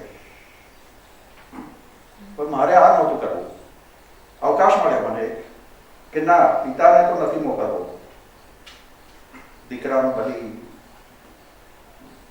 આપવાનો પ્રસ્તાવ લઈને જાય એ મારા મનમાં ન બેઠું. એટલે ફરી મને બધો ઇન્દ્ર કામમાં આવ્યો. અહીં આ જુદો એક ફેરફાર કર્યો.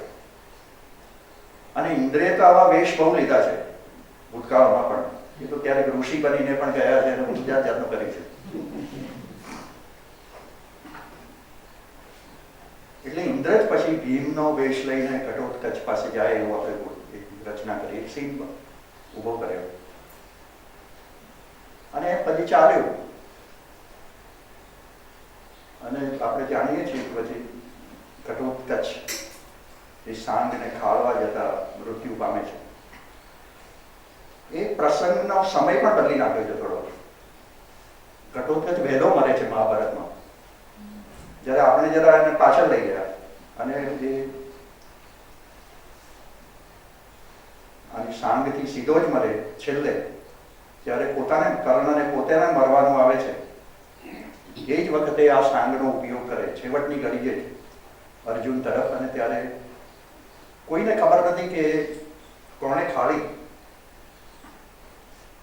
એકાએક કોઈ ધસી ગયો ને ભડકો થઈ ગયો આખો, એવું આપણે દ્રશ્ય કર્યું છે. થઈ શકે આ ટ્રીક સીનથી આ ભડકા કરવા બહુ અઘરું નથી. જૂના માણસો એ કરતા, ભડકો કરવા આમે સહેલો છે.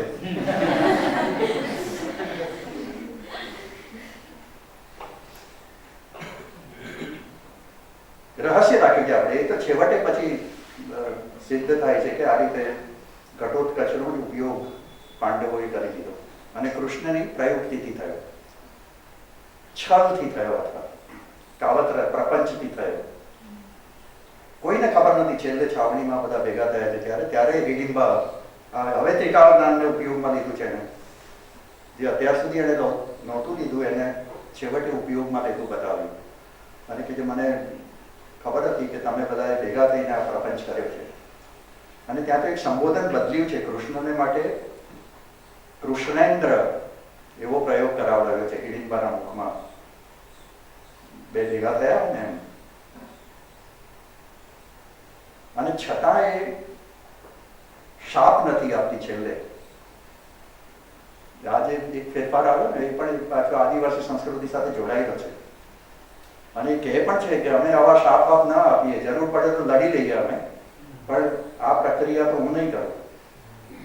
ભલે સતી છું, ભીમ પ્રત્યે પ્રેમ મારો આટલો જ છે જેટલો કોઈ પણ સતીનો હોય.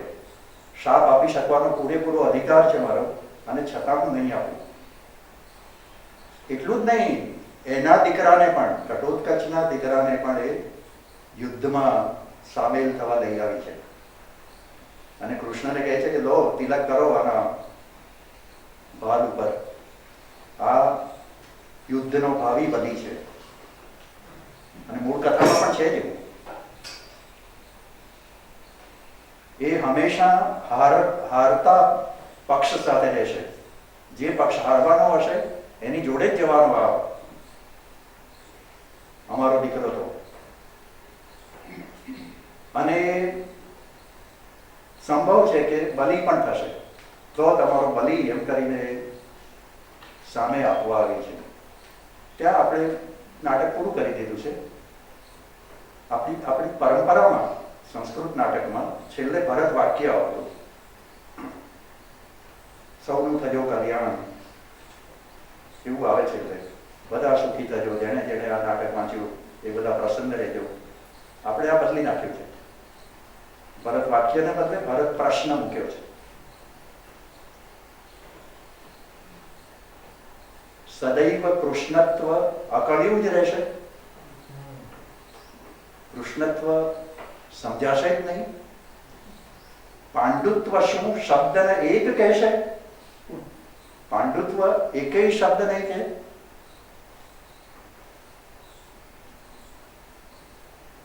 સદીઓથી જે પરંપરા ચાલી આવી છે, સદીઓથી, એ આ બલિની પ્રથા હંમેશા અક્ષત જ રહેશે. બલિ પ્રથા દૂષણ કોણ સહેશે? આ બલિ આપવાની પ્રથાનું દૂષણ છેવટે કોણે સહન કરવાનું? અને પ્રશ્નોની સાથે નાટક પૂરું કર્યું છે. નાટકનું કામ જ છે પ્રશ્નો ઉભા કરવાનું સ્વરૂપ તરીકે.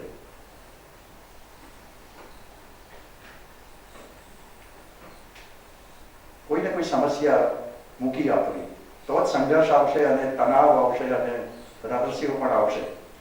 એના ઉકેલો જડે કે ના જડે, પણ એ પ્રશ્નો મૂકવાનું કામ કોઈને કોઈ રીતે જો થતું હોય તો આપણને નાટકમાં મજા પડતી હોય છે. એવું આ અરણ્યમાં કર્યું છે. એટલે આવું છે કંઈ થોડું.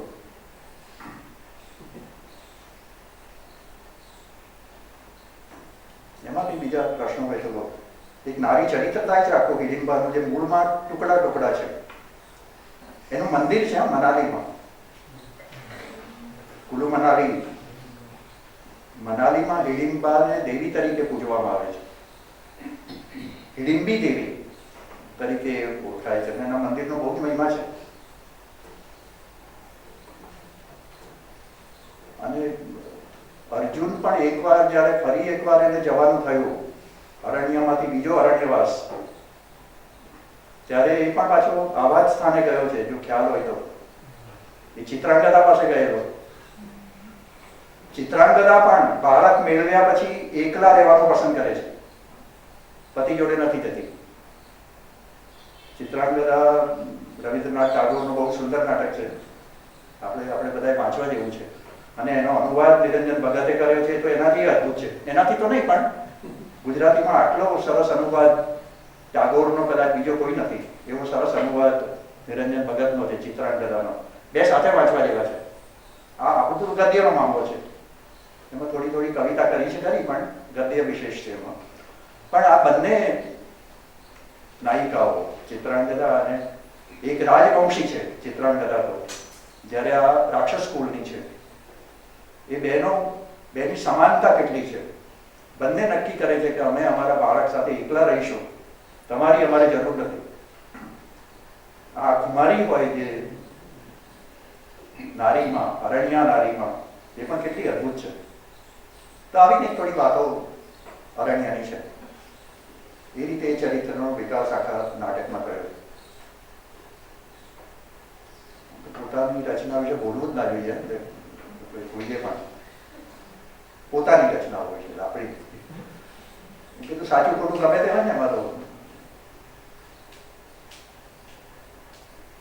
એના અંગે કંઈક બીજું પૂછવું હોય તો કહો. તો અરણ્યા આપણે લખ્યું, અરણ્યાનું કથાનક છે તે મહાભારતમાંથી પુરાણમાંથી છે. તો એ માટેનું એટલે કારણ શું એમ કે તમે હિડિંબા બહુ સરસ રીતે આખી અહીંયા આવી રીતે ક્યાંય હજી સુધી મેં નથી વાંચી. તો ખૂબ સરસ રીતે આખું બંને સંસ્કૃતિનો આખો જે અને એમાં કે અરણ્ય સંસ્કૃતિનું જે આખું એનું જે વાસ્તવ છે તે બહુ સરસ રીતે એમાંથી નિરૂપાય છે. તો એના શું ના, એટલે જ અરણ્ય શિક્ષક આપ્યું ને આપણે, હિડિંબા ના આપ્યું અને અરણ્ય શિક્ષક આપ્યું. આપણી પાસે એક આરણ્યક શિક્ષક વાળી રચના છે ભારતમાં, વિભૂતિશરણ બંદોપાધ્યાયની. આપણી આ અરણ્ય છે, આ પણ અરણ્ય સાથે જ સંકળાયેલું એક ચરિત્ર છે. એટલે તો એ રીતે જ એ શિક્ષક અપાયેલું છે ને એના પાત્રનો વિકાસ થયો છે. અરણ્ય સંસ્કૃતિના પ્રતિનિધિ નારી તરીકે. એટલે અહીંયા તમારા મનમાં હિડિંબાનું વાત કરવા માટેનું કારણ પાછળનું આ જ અરણ્ય સંસ્કૃતિ અને નગર સંસ્કૃતિ વચ્ચેનો ભેદ, અને અરણ્ય વિસ્તારમાંથી આવતી હોય તો એ નારી કેટલું ઉદાત્ત ચરિત્ર ધરાવે છે, એ જ આપણે આલેખ્યું છે. એટલે નારીવાદી અભિગમ તરીકે જોવો હોય તો એ જોવાશે થોડું.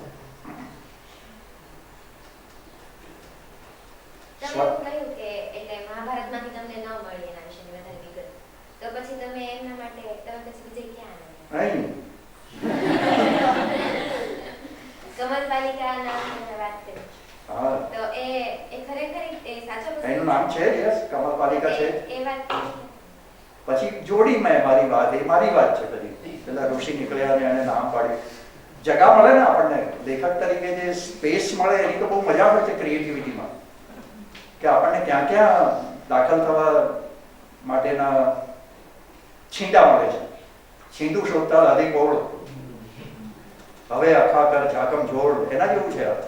એકાદ જગા આવી મળી જાય તો એમાંથી કલાત્મકતા સુધી પહોંચી શકાતું હોય છે. કલાત્મક થયું ના થયું એ બીજી વાત છે, પણ આપણને અંદર જગાઓ દેખાય અને આમાં કશું પૂરી શકાય એવું છે. વ્હાઇટ સિમેન્ટ એ કરવાનું કામ.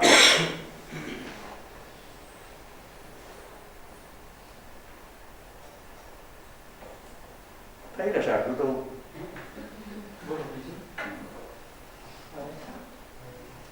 વાત કરતો તો ક્લાસમાં તારા કઈ ક્વેશ્ચન નહીં, બસ તો